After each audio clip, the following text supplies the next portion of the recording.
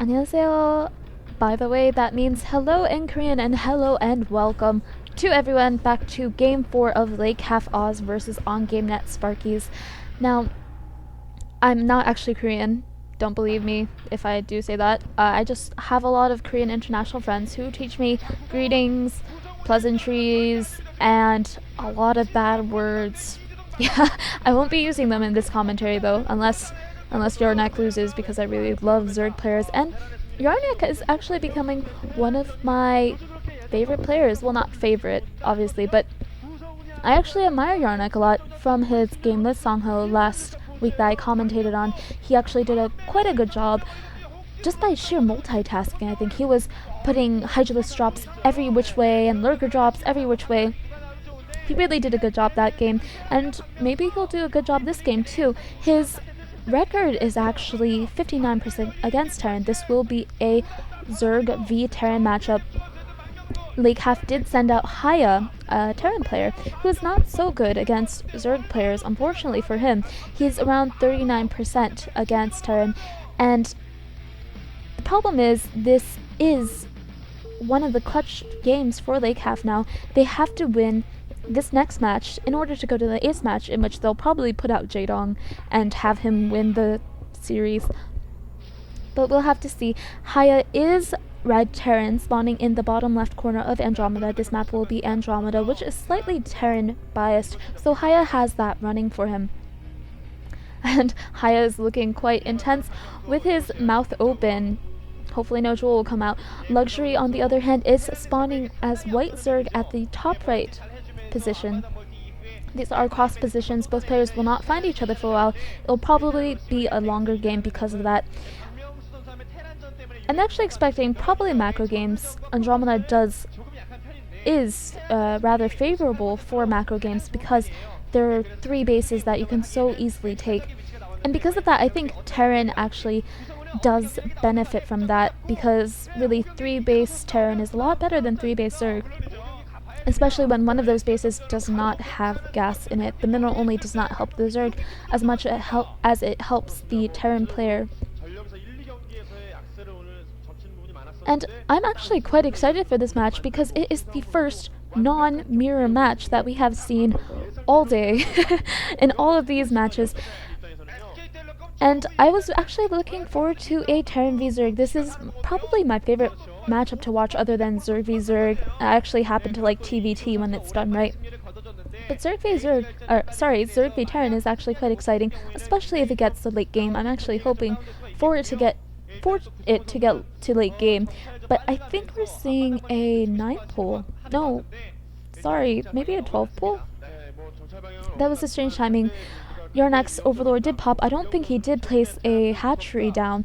This is strange. Maybe he is going for early Zerglings. Some players may go for that faster low econ build in the beginning just to throw the opponent off.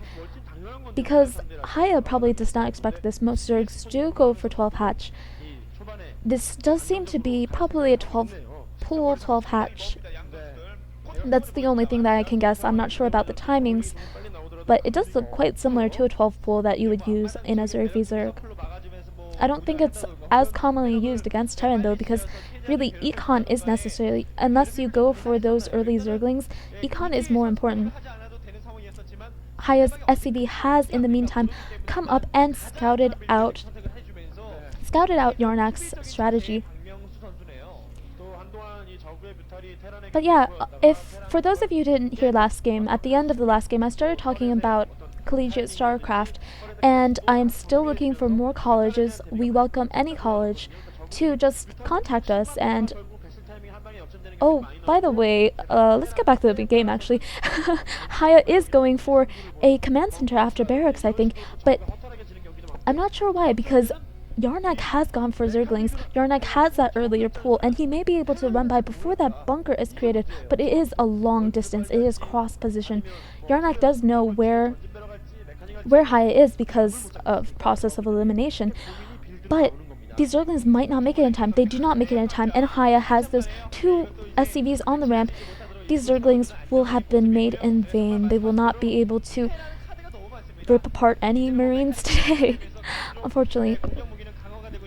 But it looks like HiyA will take the economic advantage now. He will be able to get that command center up safely. And I guess Yarnc is putting up that third hatchery now that he realizes that he cannot run past that bunker. That bunker is pretty well placed. Although, if the SCVs were ready at the expansion of HiyA's, I think Yarnc could do some Zergling harass at the mineral line. I don't think the bunker is placed far back enough to protect SCVs in the mineral line. I'm not sure if Yarnc can pull off a run by though. We'll have to see. It's very far ahead from those SCVs. Yarnc could just prevent mining. But he looks like he's just going to sit with 3 Zerglings at the front in a nice concave, just waiting for SCV scouts. He is moving in a little bit, but he is retreating again. But about Collegiate StarCraft, we do have a website set up. It has not had any content loaded up on it yet, but it is www.cstarleague.com. C as in the letter and not the player, and not the body of water. But do visit that site, keep it bookmarked. We will have content loaded up soon, and we will have matches between colleges loaded up, hopefully commentated on, hopefully remarked on, just articles written on, and so on.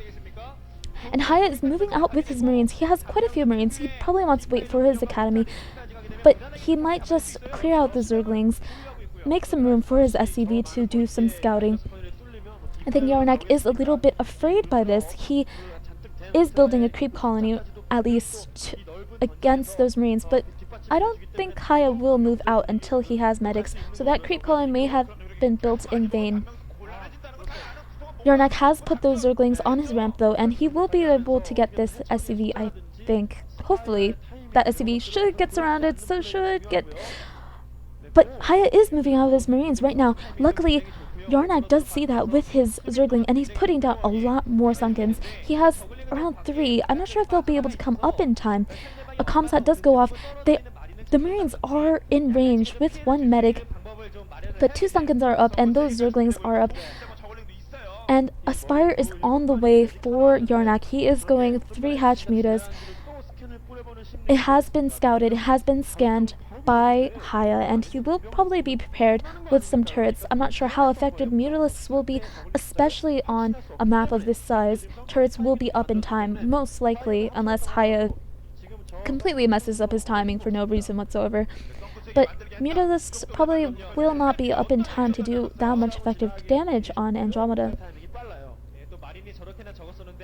Meanwhile, HiyA is backing off. That is probably a good idea. 3 Sunkens are too much for that lone group of Marines and Firebats and Medics. But with a tank, which is what he is looking for... Oh, and here is an Overlord that is intercepted. It might go down. It might go down. It goes down. Yarnc loses Overlord. That's really not so good. Because it's still quite early in the game. He won't be able to build any more Mutalisks, which is what he wants at this point. Turrets are going up in time.